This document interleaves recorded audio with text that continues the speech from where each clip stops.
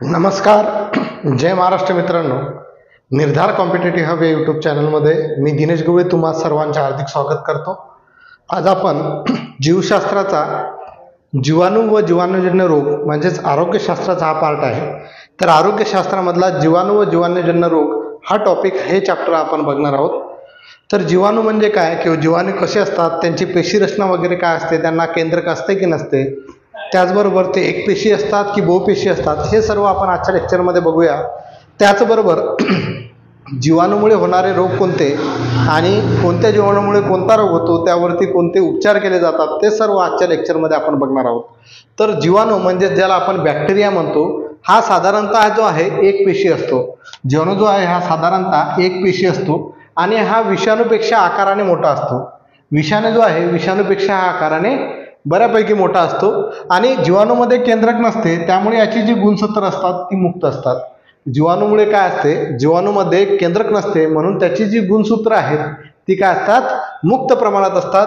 जीवाणूंना चांगली अशी पेशी रचना असते, ज्यामध्ये पेशी व्यक्तिका तुम्हाला पाहायला भेटेल, पेशी पटल पाहायला भेटेल, पेशी रस असेल आणि पेशी अंगके हे जीवाणूंना असतात. म्हणजे त्यांना चांगली अशी पेशी रचना असते. त्या पेशी रचनेमध्ये पेशी भित्तिका असेल, पेशी पटल असेल, पेशी रस असेल आणि पेशी अंगक असेल, हे जीवाणूमध्ये तुम्हाला पाहायला भेटते. जीवाणू हे फायदेशीर पण असतात, तर बहुतांश जे जीवाणू आहेत ते घातक आहेत, ज्यामुळे आपल्याला रोग पसरतात, म्हणजे डिसीजेस आपल्याला उद्भवतात. ठीक आहे. म्हणजे जीवाणू जो आहे हा एक पेशी आहे. त्याचबरोबर त्याला केंद्रक नसते म्हणून त्याची गुणसूत्रे मुक्त प्रमाणात असतात.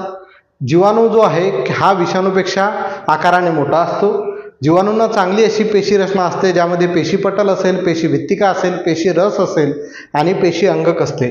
आणि बहुतांश जीवाणू जे आहेत हे आपल्याला घातक असतात. मोस्ट इम्पॉर्टंट म्हणजे जे इंटरेस्टिंग फॅक्ट आहे, तर मानवाची उत्पत्ती किंवा मानवाचा शोध जेव्हा लागला किंवा मानवाची उत्पत्ती झाली, त्याच्या अगोदरपासून जे जीवाणू आहेत हे अस्तित्वात आहेत. त्याच्या अगोदरपासून जीवाणू जे आहेत हे अस्तित्वात आहेत, हे लक्षात ठेवायचं आहे. जीवाणू जो आहे हे कोणत्याही वातावरणात जगू शकतात. फॉर एक्झाम्पल म्हटलं की उकळत्या पाण्यामध्ये जीवाणू आहेत का? आहेत. थंडगार पाण्यामध्ये जीवाणू असू शकतात का? असू शकतात. त्याचबरोबर सल्फ्युरिक आम्ल जर पाण्यामध्ये टाकलं तर त्यामध्ये सुद्धा जीवाणू असू शकतात. कॉस्टिक सोडा आहे, कॉस्टिक सोडा पाण्यामध्ये टाकला तर त्यामध्ये जीवाणू आहेत की नाहीत, तर त्यामध्ये सुद्धा जीवाणू असू शकतात. म्हणजे हे जे जीवाणू आहेत हे कुठल्याही प्रकारच्या वातावरणामध्ये जिवंत राहू शकतात. जसं जमिनीवरती किती खोलवर गेलं तर तुम्हाला जीवाणू सापडतील, अंतराळात जरी गेलं तर तुम्हाला जीवाणू सापडतील. आणि बघा, असं एक म्हटलेलं एक रिसर्च केलेला आहे की चंद्रावर जवळपास एक जीवाणू 2 वर्ष जगला होता. किती? 2 वर्ष. हे मोस्ट इम्पॉर्टंट फॅक्ट्स आहेत. म्हणजे जीवाणू जो आहेत हे जे आहेत हे घातक आहेत शरीरांना आणि हे प्रत्येक ठिकाणी तुम्हाला पाहायला भेटतात. तर यामुळे आपल्या शरीरावरती कोणकोणते रोग होतात, त्यामुळे मनुष्य कोणत्या रोगांपासून बाधित होतो, हे सर्व आजच्या टॉपिकमध्ये आपल्याला बघायचं आहे. तर पुढे आपण तेच भाग बघणार आहोत. काही जीवाणू मी तुम्हाला सांगितले, काही जे जीवाणू आहेत ते आपल्या शरीरासाठी फायदेशीर आहेत. तर ते फायदेशीर जीवाणू जे आहेत ते आपण आधी बघूया, त्यानंतर आपण जे आपल्याला रोग बाधित करतात ते जीवाणू आपण पुढे बघणार आहोत. ठीक आहे. तर जीवाणूच्या बाबतीत तुम्हाला समजलं असेल की हा एक पेशी आहे. त्याचबरोबर त्याला केंद्रक नसते म्हणून त्याची जी गुणसूत्रे आहेत ती जी आहेत मुक्त असतात. हा विषाणूपेक्षा मोठा असतो. यांना चांगली अशी पेशी रचना असते, ज्याच्यामध्ये पेशी भित्तिका, पेशी पटल, पेशी रस आणि पेशी अंगक आपल्याला पाहायला भेटेल. आणि बहुतांश जीवाणू घातक असतात. ठीक आहे. तर आपण आता जे फायदेशीर जीवाणू आहेत ते आपण बघूया. तर पुढे आपण बघूया फायदेशीर जीवाणू कोणकोणते आहेत. तर बघा, शिंमाधारी ही वनस्पती आहे. शिंमाधारी वनस्पतीच्या मुळामध्ये असणारे रायझोबियम हे जीवाणू जो आहे हवेतील नायट्रोजनचं काय करते, स्थिरीकरण करते. हे नायट्रोजन वनस्पतीसाठी उपयोगात आणतात आणि म्हणून रायझोबियमचा उपयोग जो आहे जैविक खतात करतात. आणि हे काय करते, हवेमधलं नायट्रोजन जे आहे त्याचं नत्र स्थिरीकरण करते. काय करते? नत्र स्थिरीकरण करते. रायझोबियम अन्नासाठी वनस्पतीवर अवलंबून असतात आणि यालाच सहजीवन पद्धत असे म्हणतात. शिंमाधारी नावाची वनस्पती आहे. या वनस्पतीच्या मुळामध्ये रायझोबियम नावाचे जीवाणू असतात. हे काय करतात की हवेतील जे नायट्रोजन आहे वनस्पतीसाठी उपयोगामध्ये आणतात आणि म्हणून रायझोबियमचा उपयोग जो आहे जैविक खतात करतात. आणि रायझोबियम जे आहे हे अन्नासाठी वनस्पतीवर अवलंबून असतात. यालाच सहजीवन पद्धत म्हणजे सिम्बायोटिक असोसिएशन असे म्हणतात. ठीक आहे. पुढे बघा, माती जी आहे मातीमधील ॲझिटोबॅक्टर जीवाणू हवेतील नायट्रोजनचे स्वतंत्रपणे स्थिरीकरण घडवून आणतात. मातीमधला जो ॲझिटोबॅक्टर नावाचा जीवाणू आहे हा हवेतील नायट्रोजनचे स्वतंत्रपणे स्थिरीकरण घडवून आणतात. आणि आपल्या सर्वांना माहीत आहे लॅक्टोबॅसिलस हा दह्यातील जीवाणू शरीराला हानी पोहोचत नाही आहे. लॅक्टोबॅसिलस नावाचा जो जीवाणू आहे हा दह्यामध्ये असतो आणि हा शरीराला हानी पोहोचत नाही.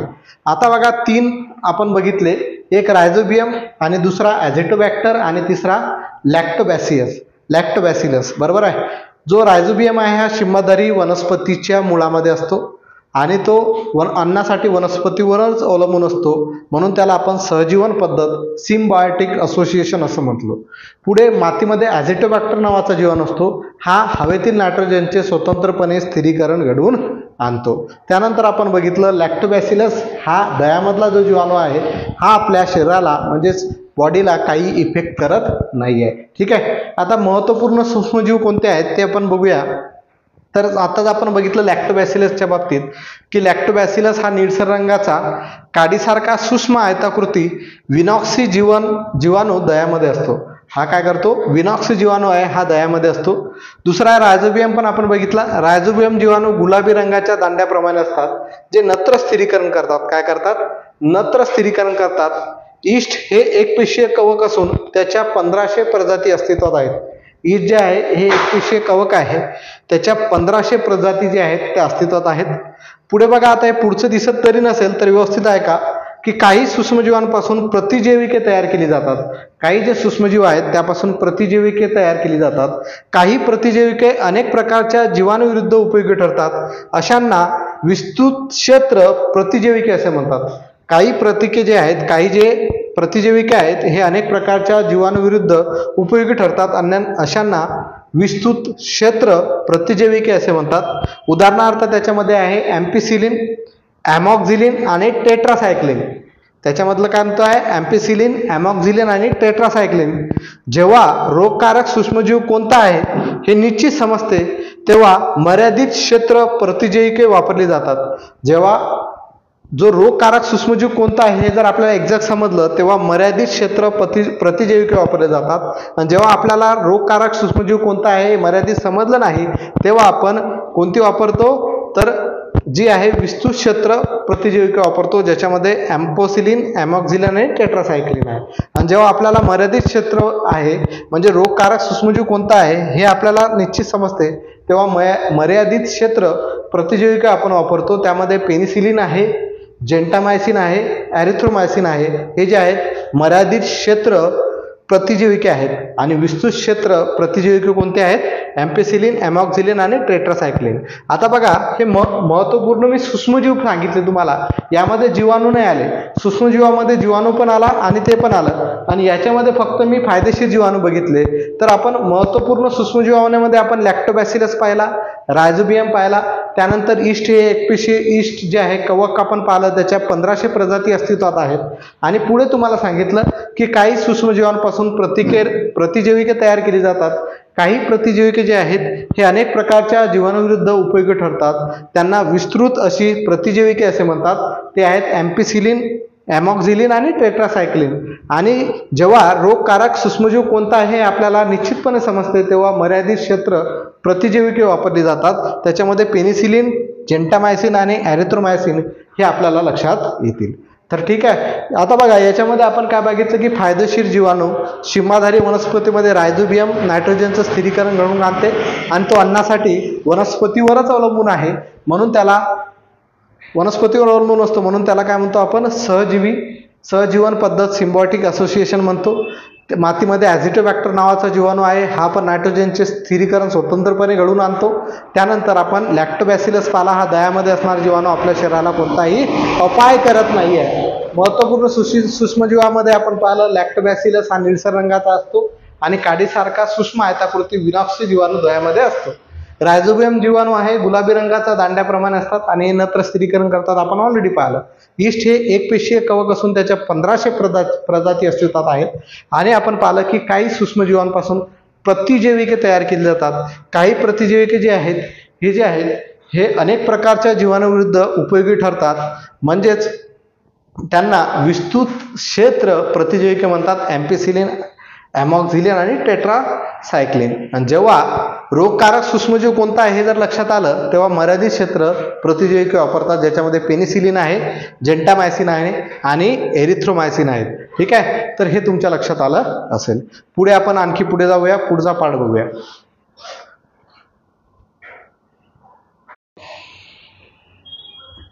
तर बघा पुढे आपण बघूया आता जैव उपचार, बायो रिमेडिएशन याला काय म्हणतात. जैव उपचार म्हणजेच बायो रिमेडिएशन हे कशा पद्धतीनुसार होते आपण बघूया. एकदम इझी आहे आणि खूप महत्त्वाचे पॉईंट्स यामध्ये आहेत. प्रत्येक पॉईंट जो आहे ना याच्यावरती पेपरला प्रश्न विचारलेला आहे आणि विचारणार सुद्धा आहे. बघा, पामतेल निर्मितीमध्ये तयार होणारे विषारी पदार्थ आहेत, इतर काही औद्योगिक प्रक्रियांमध्ये मुक्त होणारे जड धातू आहेत आणि क्षार शोषून घेण्यासाठी यारोविया लायपोलिटिका हे किण्व वापरतात. पामतेल जेव्हा तयार करतात ना त्यामधून अनेक विषारू घटक जे आहेत, विषारी पदार्थ बाहेर पडतात. ठीक आहे, आणि इतर काही औद्योगिक प्रक्रियांमध्ये तयार होणारे जे मुक्त होणारे जे जड धातू आहेत त्याचबरोबर क्षार शोषून घेण्यासाठी यारोविया लायपोलिटिका हे किण्व वापरतात.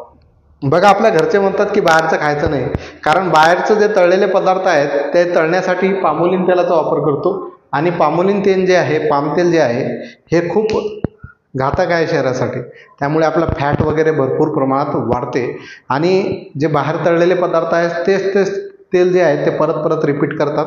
म्हणजे एकदम घाण असते, काळकुट होऊन जाते तेल, तरी त्याच तेलामध्ये ते फ्राय करत राहतात. त्यामुळे ते जे आहे ना आपल्या शरीरासाठी एकदम टॉक्झिक आहे. त्यामुळे आपल्याला जास्तीत जास्त शरीराला अपाय होऊ शकतात. ठीक आहे, तर पुढे बघा, तर सायक्रोमायसिस सेरेविसी हे जे किण्व आहे हे आर्सेनिक हवा प्रदूषकाचे शोषण करते. हे जे किण्व आहे पहिलं यारोविया लायपोलिटिका कशाचं शोषण करते, तर हे शोषून घेते पामोलिन तेलापासून निर्माण होणारे विषारी घटक, इतर काही औद्योगिक उद्योग जे आहेत त्यामधून मुक्त होणारे जे आहेत जड धातू आहेत आणि क्षार शोषून घेण्यासाठी यारोविया लायपोलिटिका हे किण्व वापरतात. तर सॅक्रोमायसिस सेरेविसी हे किण्व जे आहेत आर्सेनिक हवा प्रदूषकाचे शोषण करते. आर्सेनिक जे हवा प्रदूषक आहे याचे शोषण जे आहे सायक्रोमायसिस सेरेविसी हे किण्व करते, लक्षात ठेवायचं आहे. पुढे बघा, अल्कॅनी होरॅक्स या जीवाणूचा वापर करून समुद्रातील तेल गळती स्वच्छ केली जाते. लक्षात ठेवा, समुद्रामध्ये ते तेल गळती होते ते अल्कॅनी होरॅक्स या जीवाणूचा वापर करून समुद्रातील तेल गळती जी आहे ती स्वच्छ केली जाते. म्हणजे हा जीवाणू जो आहे आपल्या फायद्याचा आहे. ठीक आहे, पुढे बघा, पेनिसिलिन जो आहे, पेनिसिलिन हा पेनिसिलियम या कवकापासून मिळणारा प्रतिजैविकांचा गट असून स्टॅफिलोकोकाय, क्लॉस्ट्रिडिया, स्ट्रेप्टोकोकाय प्रजातींच्या जीवाणूंपासून होणारा संसर्ग आटोक्यात आणण्यात यांचा वापर होतो. ठीक आहे, आता पेनिसिलिन कशापासून होते, तर पेनिसिलिन या कवकापासून मिळणाऱ्या प्रतिजैविकाचा तो गट आहे पेनिसिलिन आणि तो स्टॅफिलोकोकाय, क्लॉस्ट्रिडिया, स्ट्रेप्टोकोकाय प्रजातींच्या जीवाणूंपासून होणारा संसर्ग आटोक्यात आणण्यात यांचा वापर होतो. तसेच नाक, कान, घसा, त्वचारोग, न्यूमोनिया, स्कारलेट फिवर ज्याला आपण लोहितांग ज्वर म्हणतो यावर उपचार म्हणून वापर केला जातो. कशाचा? पेनिसिलिनचा.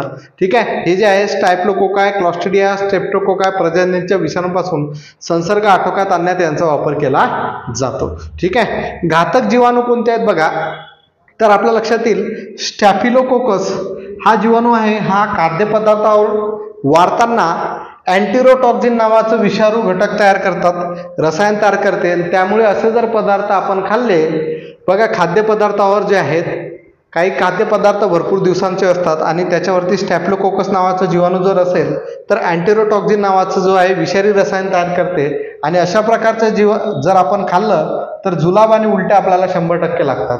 ठीक आहे, तसेच हवाबंद डब्यातील खाद्यपदार्थाची वापराची मुदत संपली की ते क्लोस्ट्रिडियम नावाचं जे आहे क्लोस्ट्रिडियम नावाचे जीवाणू वाढण्याची त्यामध्ये शक्यता जास्त असते आणि या क्लोस्ट्रिडियम जीवाणूच्या जवळपास 100 प्रजाती अस्तित्वात आहेत आणि हे विनॉक्सी प्रक्रियेत काम करतात.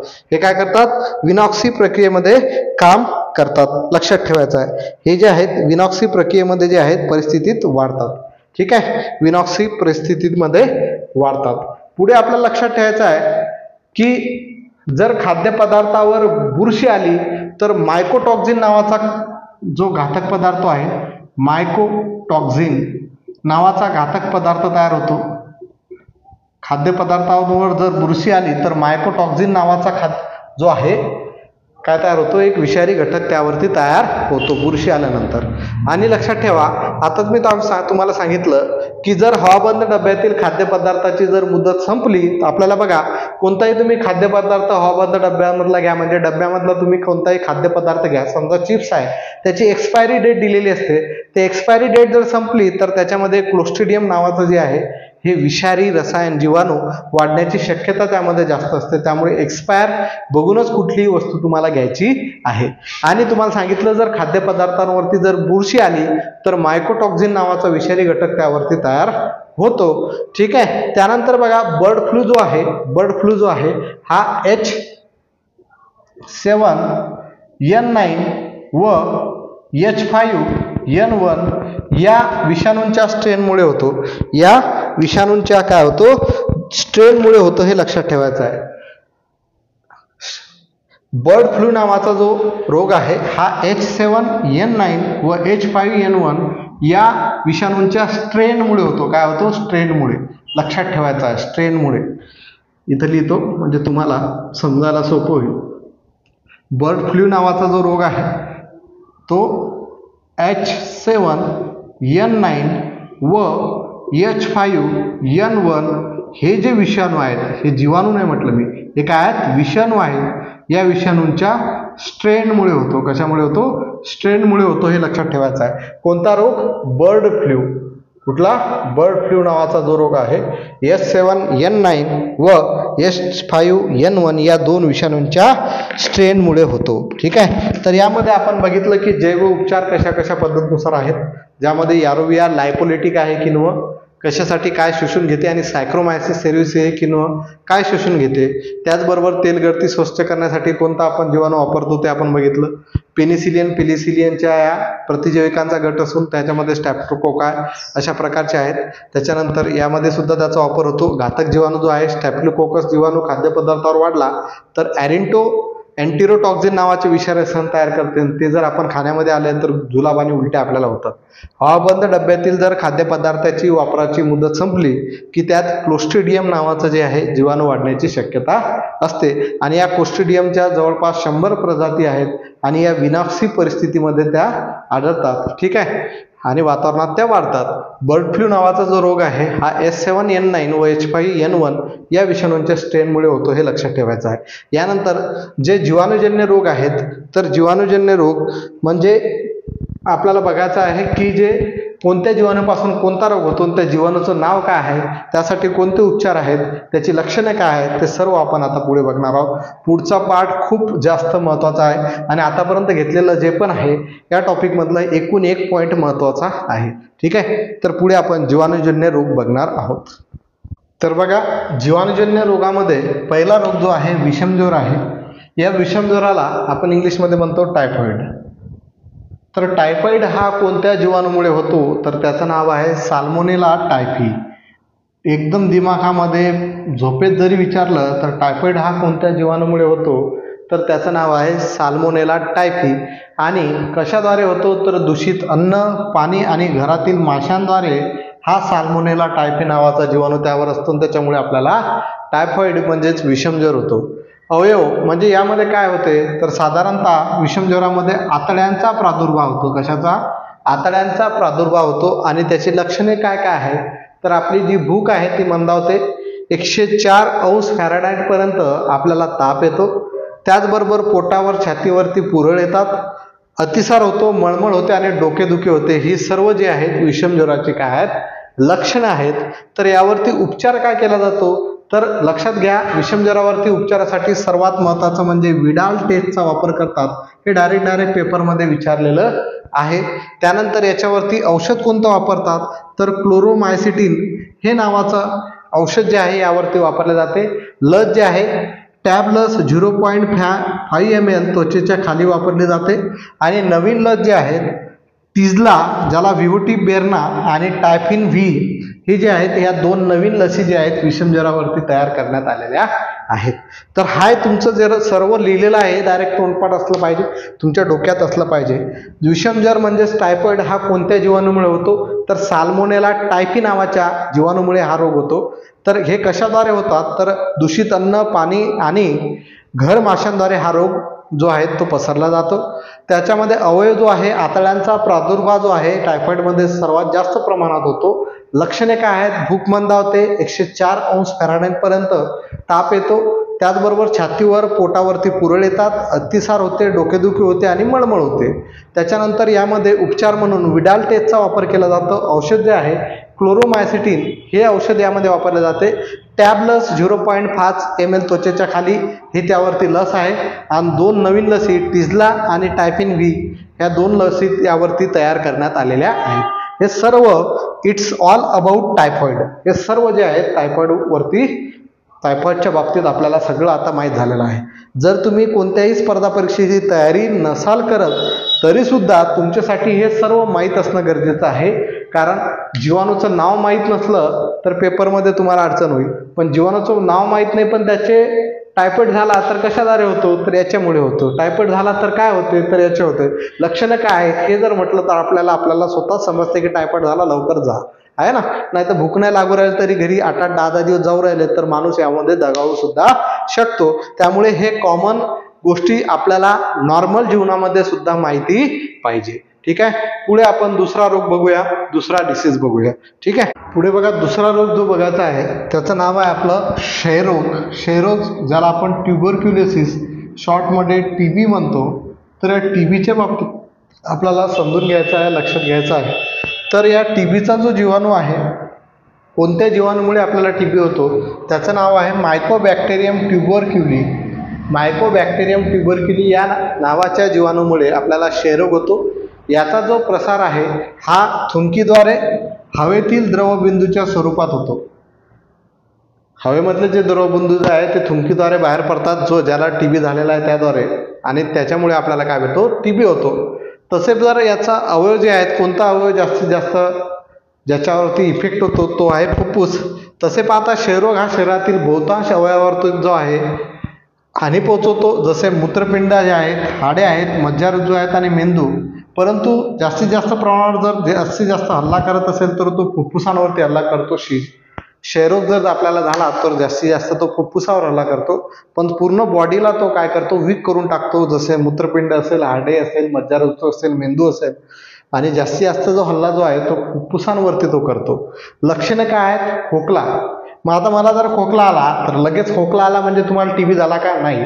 2 आठवड्यापेक्षा जास्त जर तुम्हाला खोकला असेल तर तुम्ही क्षयरोगाची जी टेस्ट आहे ज्याला आपण म्हणतो ट्युबरक्युलिन टेस्ट किंवा एक्सरे काढून तुम्ही ते त्याचं निदान तुम्ही करू शकता की तुम्हाला टीबी झालेला आहे की नाही. नाहीतर एखाद्या व्यक्तीला नुसतंच खोकला आला म्हणजे टीबी झाला असं म्हणता येणार नाही. खोकला जो आहे 2 आठवड्यापेक्षा जास्त असेल, ताप असेल, छातीत दुखत असेल, थुंकीतून रक्त पडत असेल आणि वजन जर कमी होत असेल तर ती जी लक्षणं आहेत ही जी आहेत आपल्या टीबीची लक्षणं आहेत, क्षयरोगाची लक्षणं आहेत. उपचार काय केला जातो, जर तुम्हाला टीबी झाला की नाही याचं जर तुम्हाला निदान करण्यासाठी तर तुम्ही एक्सरे काढा किंवा ट्युबरक्युलिन टेस्ट करा. त्याद्वारे तुम्हाला समजेल की तुम्हाला टीबी झाला आहे की नाही आहे. औषध जे आहे तर स्ट्रेप्टोमायसिन नावाचं औषध यावरती वापरले जाते. आणि इतर औषधे जी आहेत ते रिफॅम्पिसिन, आयसोनियाझाइड, इझॅनब्युटॅल आणि पॅराझिनामाइड ही जी इतर औषधे जी आहेत हे टीबीवरती वापरले जातात. आणि अशी जी लस आहे फेमस आहे BCGची लस ही टीबीवरती वापरली जाते. या BCGचा फुल फॉर्म काय आहे हे तुम्ही मला कमेंट बॉक्समध्ये सांगायचं आहे. BCGचा फुल फॉर्म काय आहे हे तुम्ही मला कमेंट बॉक्समध्ये सांगायचं आहे. ठीक आहे. तर हे सर्व लक्षात ठेवायचं आहे. टीबी जर झाला तर कोणता जीवाणू, मायकोबॅक्टेरियम ट्युबरक्युली. प्रसार थुंकीद्वारे हवेतील द्रवबिंदूच्या स्वरूपात. कशावर जास्तीत जास्त हल्ला करतो, पूर्ण शरीरावर करतो, मेंदूवर करतो, मज्जारज्जूवर करतो, हाडांवरती करतो, मूत्रपिंडावरती करतो, पण जास्तीत जास्त हल्ला जो आहे तो फुफ्फुसांवरती करतो. उपचार काय आहे? लक्षणे बघा. पहिले खोकला 2 आठवड्यापेक्षा जास्त असेल, ताप असेल, भूक मंदावत असेल, छातीत दुखत असेल, थुंकीतून रक्त येत असेल आणि जर वजन कमी होत असेल तर ती लक्षणं जी आहेत हे टीबीची आहेत. उपचारासाठी तुम्ही एक्सरे काढू शकता आणि ट्युबरक्युलिन नावाची जी टेस्ट आहे ते करून तुम्हाला त्याचं निदान करता येईल की तुम्हाला टीबी झाला आहे की नाही आहे. औषध जे आहे स्ट्रेप्टोमायसिन नावाचं आहे. त्याच्यानंतर इतर औषधे आहेत रिफॅम्यसिन, आयसोनियाझाईड, इथॅनब्युटॅल आणि पॅराझिनामाइड ही जी औषधं आहेत त्यावरती वापरले जातात आणि त्यावरती जी लस आहे ते BCGची लस टीबीवरती आपल्याला वापरतो. या BCGचा फुल फॉर्म काय आहे हे तुम्ही मला कमेंट बॉक्समध्ये सांगायचं आहे. आणखी पुढे आपण आणखी दुसरे जे जीवाणूजन्य रोग आहेत ते पुढे अजून बघूया. ठीक आहे. तर पुढे आपल्याला कॉलरा म्हणजेच पटकी बघायचं आहे. त्यानंतर गटसर्प बघायचा आहे. कारण कॉलरा आणि गटसर्प बघण्याच्या अगोदर काही पॉईंट आपले मिस झाले होते क्षयरोगाच्या बाबतीत. तर क्षयरोगाचा जो जीवाणू आहे म्हणजे क्षयाचा जो जीवाणू आहे त्याचा शोध जो आहे रॉबर्ट कॉक नावाच्या शास्त्रज्ञाने लावला होता. क्षयाचा जो जीवाणू आहे याचा शोध जो आहे रॉबर्ट कॉक नावाच्या शास्त्रज्ञाने लावला होता, हे लक्षात ठेवायचं आहे. त्याचबरोबर भारतामध्ये हा जो टीबी रोग आहे हा अतिसंसर्गजन्य रोग म्हणून गणला जातो, हे लक्षात ठेवायचं आहे. अतिसंसर्गजन्य रोग आहे आणि भारताच्या दृष्टिकोनातून जर विचार केला तर दर 2 मिनिटाला क्षयरोगाचा एक पेशंट मृत्युमुखी पडत आहे. सध्याच्या कंडिशनमध्ये दर 2 मिनिटाला क्षयरोगाचा एक पेशंट मृत्युमुखी पडतो, म्हणून याला अतिसंसर्गजन्य रोग गणलं जात आहे. ठीक आहे. पुढे आपण बघा तर RNTCP जागतिक आरोग्य संघटना, ज्याला आपण वर्ल्ड हेल्थ ऑर्गनायझेशन म्हणतो, WHO म्हणतो, जागतिक आरोग्य संघटनेअंतर्गत WHO द्वारे 1997 मध्ये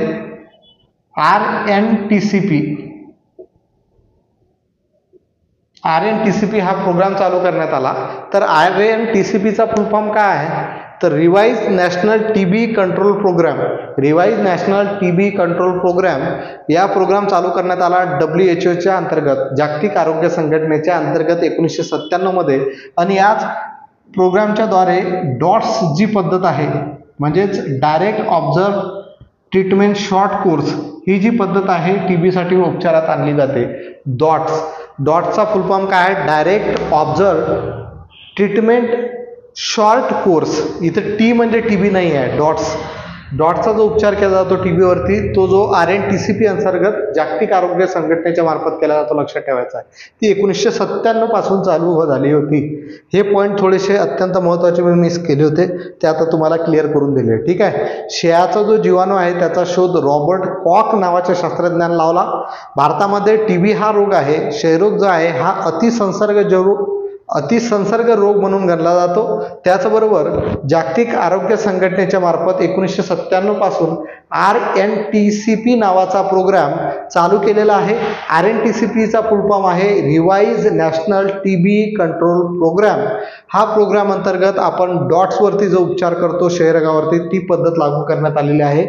डॉट्सचा जो फुल फॉर्म आहे direct observe treatment short course, हा डॉटचा फुल फॉर्म आहे, हे लक्षात ठेवायचा आहे. आता आपण येऊया कॉलरा आणि पटकीच्या बाबतीत. तर कॉलरा जो आहे याचा जीवाणू जो आहे विब्रिओ कॉलरी आहे. याचा जो जीवाणू आहे तो कोणता आहे? Vibrio cholerae. याचा प्रसार जो आहे दूषित अन्न आणि पाण्याद्वारे होतो, हे लक्षात ठेवायचं आहे. आणि कॉलरा जर आपल्याला झाला तर तो सर्वात जास्त जो हल्ला करतो तो मोठ्या आतड्यांवरती करतो, हे लक्षात ठेवायचं आहे. लक्षणे काय आहेत? उलट्या होतील, तीव्र जुलाब होतील, शरीरामधील पाण्याचं प्रमाण कमी होईल, त्वचा सुकेल, डोळे खोलवर जातील, पायात गोळे येतील आणि पोटात दुखेल. हे सर्व जे आहे कॉलराची लक्षणं आहेत.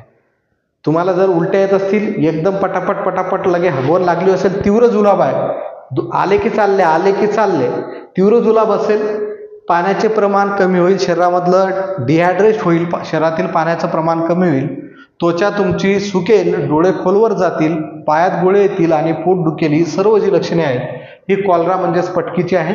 यावरती उपचार जर पाहिलं तर ORSचा full form oral rehydration solution, हे सर्व लक्षात ठेवायचं आहे. हे औषध त्यावरती वापरले जाते. आता ORS प्रत्येकाला माहीत आहे, त्याचा फुल फॉर्म प्रत्येकाला माहीत असेल, ओरल रिहायड्रेशन रिहायड्रेशन सोल्युशन हे त्यावरती औषध वापरले जाते. आणि या कॉलरावरती जी लस वापरली जाते ती फेमस लस आहे हाफकिनची लस. कोणती लस आहे? हाफकिनची लस या कॉलरावरती म्हणजेच पटकीवरती वापरली जाते. आता यामधला एक पॉइंट आहे की शिगेल्ला बॅसिलस हा जीवाणू जो आहे हा हगवणीस कारणीभूत आहे. हा जीवाणू जो आहे हगवणीस कारणीभूत आहे, म्हणजे हगवण शिगेल्ला बॅसिलस या जीवाणूमुळे लागते, हे लक्षात ठेवायचं आहे. आणि हा जीवाणू सुद्धा कोणता आहे? कॉलराचा विब्रिओ कॉलरी.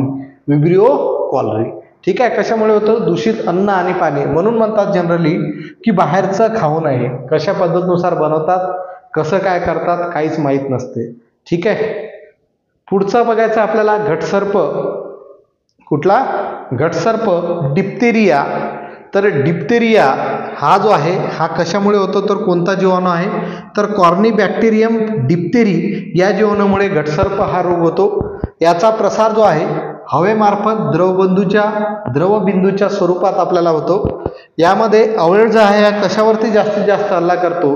तर हा श्वसन संस्थेवरती जास्तीत जास्त हल्ला करतो. आणि लक्षणे जी आहेत, आपल्याला श्वास घेण्यामध्ये त्रास होतो, आपला घसा जो आहे तो लाल होतो. ही जी लक्षणे आहेत ही घटसर्प रोगाची आहेत.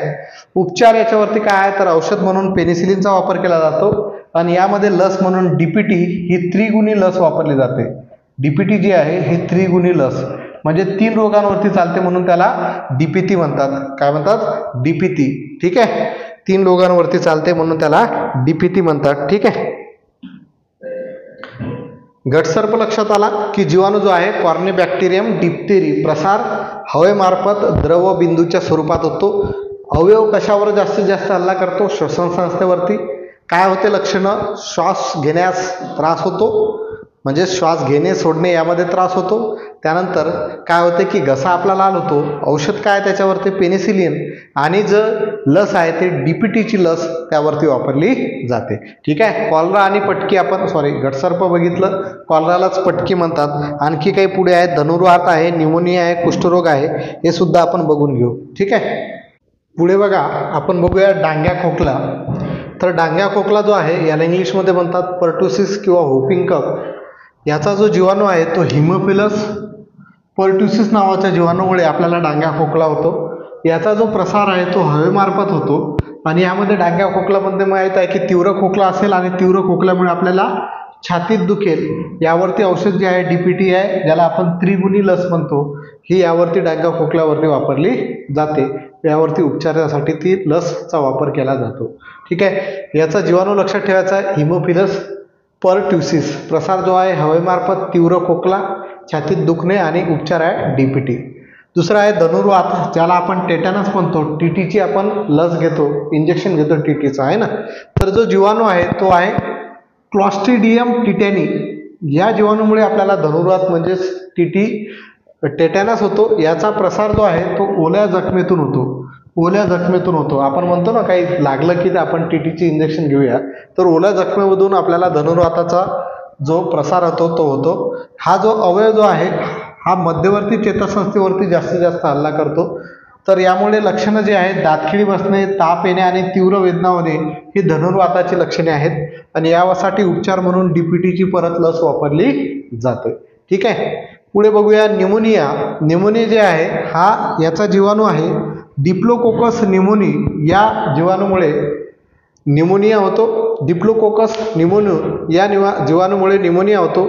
याचा प्रसार सुद्धा हवेमार्फत होतो. याचा प्रसार सुद्धा काय होतो? हवेमार्फत होतो. आणि हा जो न्यूमोनिया रोग आहे हा फुफ्फुसांवरती सूज आणतो. यामुळे काय होते?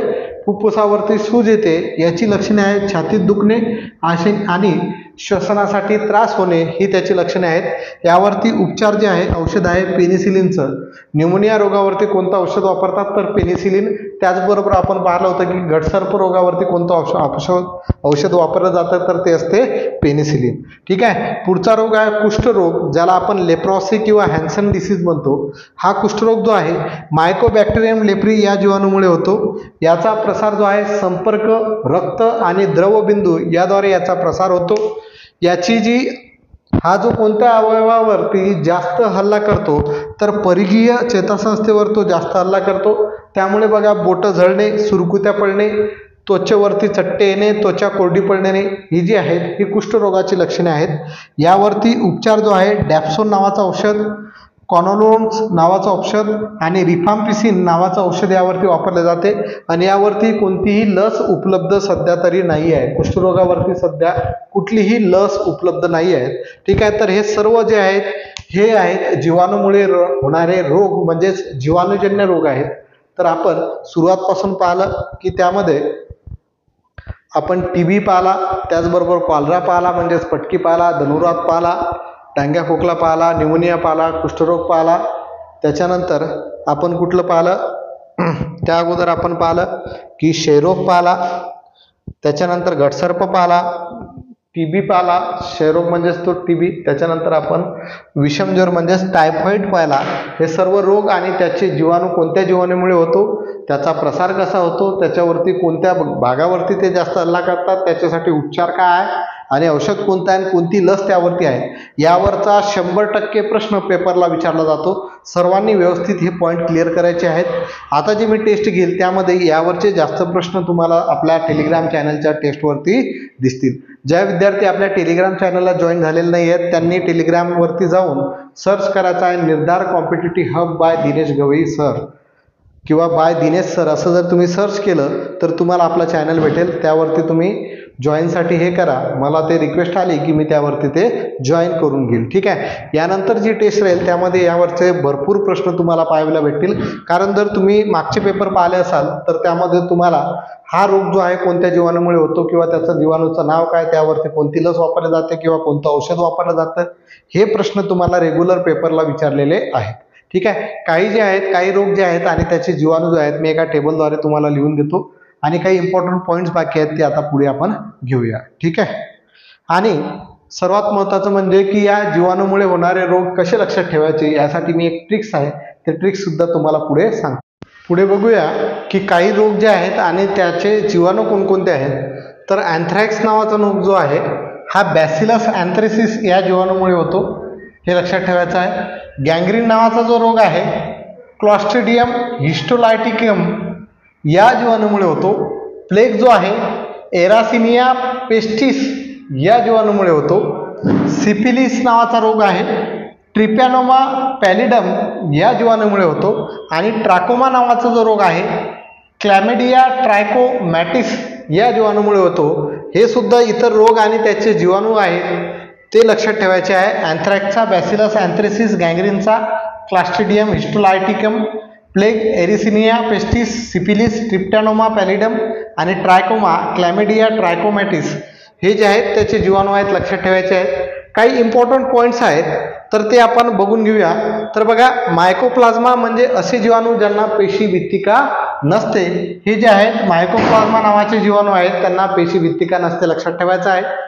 ॲक्टिनोमाइस म्हणजे बुरशीसारखे असणारे जीवाणू ज्यांना पातळ भित्तिका असते, त्यात मुरामिक नावाचं आम्ल असते. त्यामध्ये कोणतं आम्ल असते?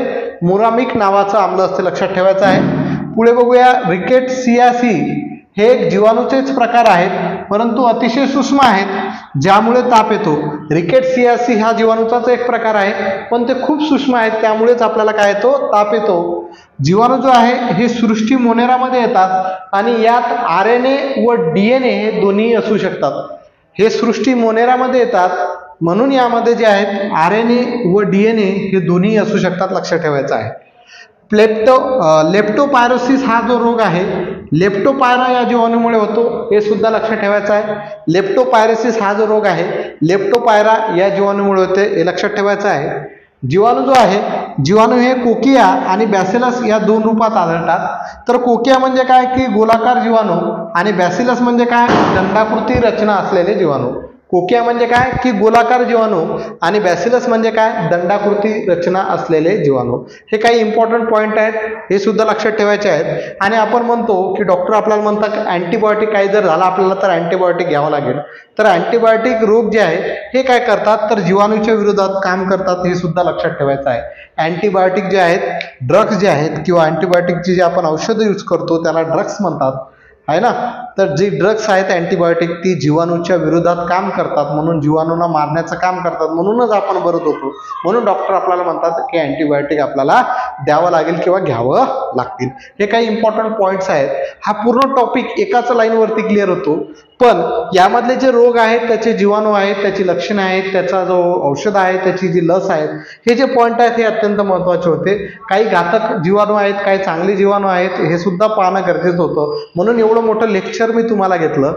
ठीक आहे, तर हे सर्व पॉईंट अत्यंत महत्त्वाचे आहेत. आता आपल्याला बघायचं आहे की जीवाणूमुळे होणारे रोग एकाच ट्रिक्सनुसार कसे लक्षात ठेवायचे, की कोणकोणते रोग जीवाणूमुळे होतात, तर त्याची ट्रिक्स लक्षात ठेवायची आहे. मी आता तुम्हाला क्लिअर करून देतो. हे फक्त पुशेपर्यंत थोडंसं थांबा. जीवाणूमुळे होणारे रोग कोणकोणते आहेत ते कसे लक्षात ठेवायचं.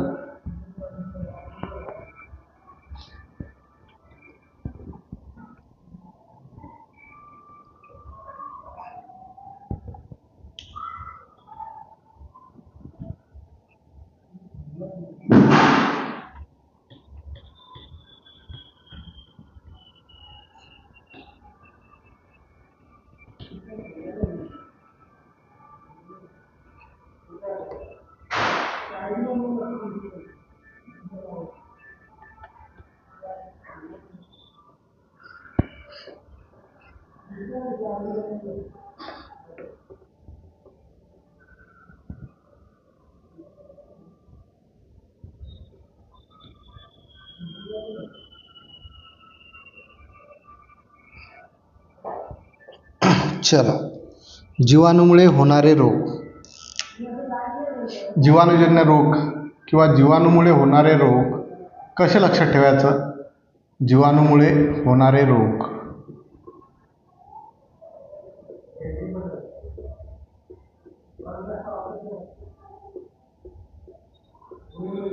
ट्रिक आहे त्याची.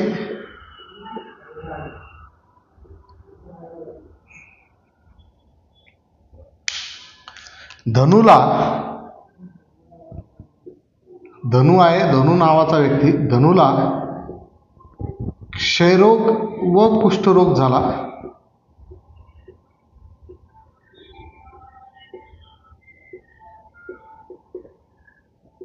कुष्ठरोग झाला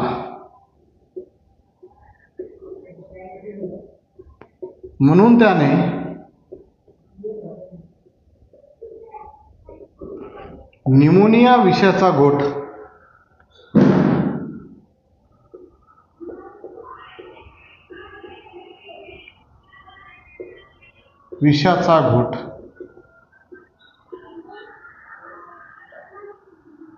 पटकन घेतला.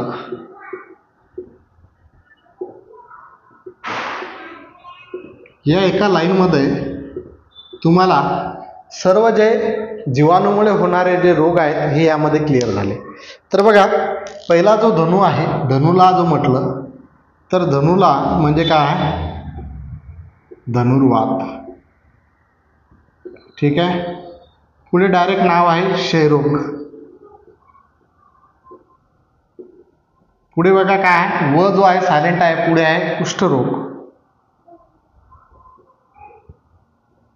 पुढे झाला आहे सायलेंट, म्हणून सायलेंट आहे, त्याने सायलेंट घेतलेला आहे. पुढे आहे न्यूमोनिया.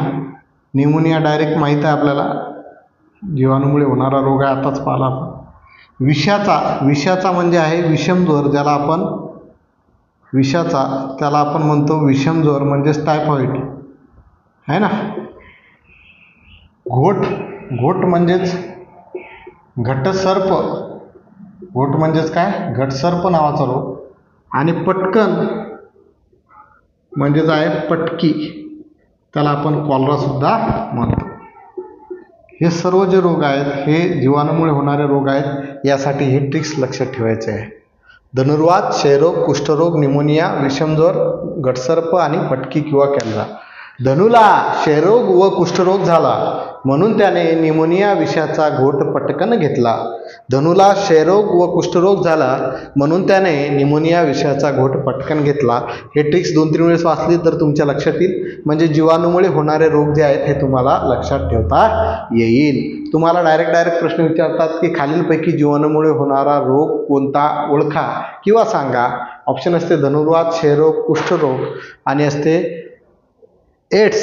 तर एड्स जो आहे हा एका जीवाणूमुळे होणारा रोग नाही आहे, तर धनुर्वात, क्षयरोग आणि कुष्ठरोग हे आहेत असं आपण त्यामुळे लक्षात ठेवू शकतो.